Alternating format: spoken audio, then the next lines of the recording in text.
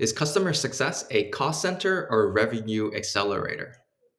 Hey, it's Gary, three times head of growth. Today, I'm going to talk to you about how to use customer success to drive PLG revenue.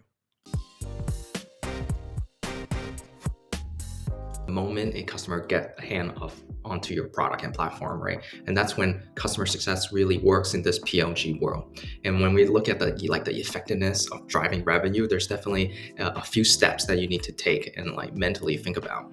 And but first, we have to think about how to reduce the friction on onboarding and adoption, and making sure that customers are activating and they're using and they're receiving the value. As the customer hit these activation point, there are going to be subsequent activation points. Then they're going to continue to hit that and realize a lot more value as they go down this customer journey. And the further they go down, the more trust that they're developing with your product, your brand, your company, and your customer success team. So you want to make sure that you're developing that correlation, which is making sure that they receive value, and building trust is the effectiveness of customer success. So that's where the correlation, there's a multiple hop there. So trust doesn't mean increased revenue, but trust is a indicator that you're locking down that renewal revenue. You want to make sure customers are retaining.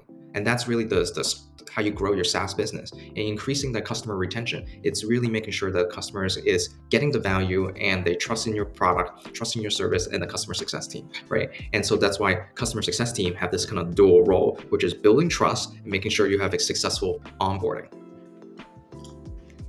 And so this will help you protect your revenue on renewal and customer retention, but also create those signals, these upsell signals, so that you can continue to grow and expand the revenue from your existing customers. So the PLG strategy is actually giving you an edge in here, because customers are using the platform from day one, and making sure that they're successful and they're adopted. It will make sure that they're already starting to build trust with you from the get-go, right?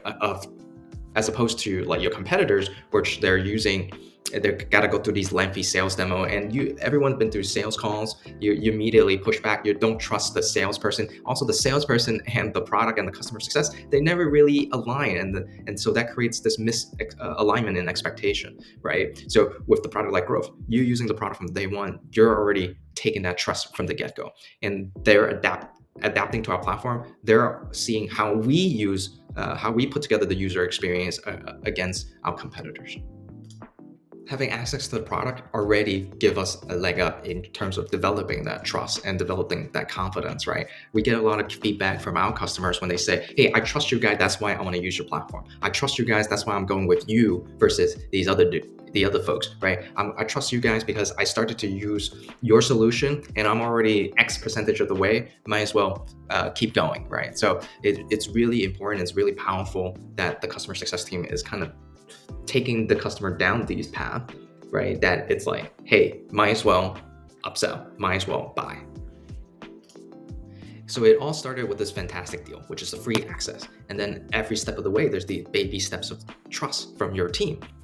Customer success team is not a cost center. It's actually making sure that the value is received, and it's kind of aligning that revenue for that customer, right? Of course, in a lot of cases, people feel like, oh, there's so many jumps. How do we get this all clear? It's because they don't have clarity on the plan of action. And it's because a lot of folks don't think that customer success is part of the product, when in actuality is that product experience. It's patching all those holes to keep the customer reassured and continue down their journey, right? So effective customer success in PLG is more than just support. It's a strategic driver of revenue, and it's really built on trust and patching those user experience holes and making sure that customers continue to invest and ultimately buy or retain.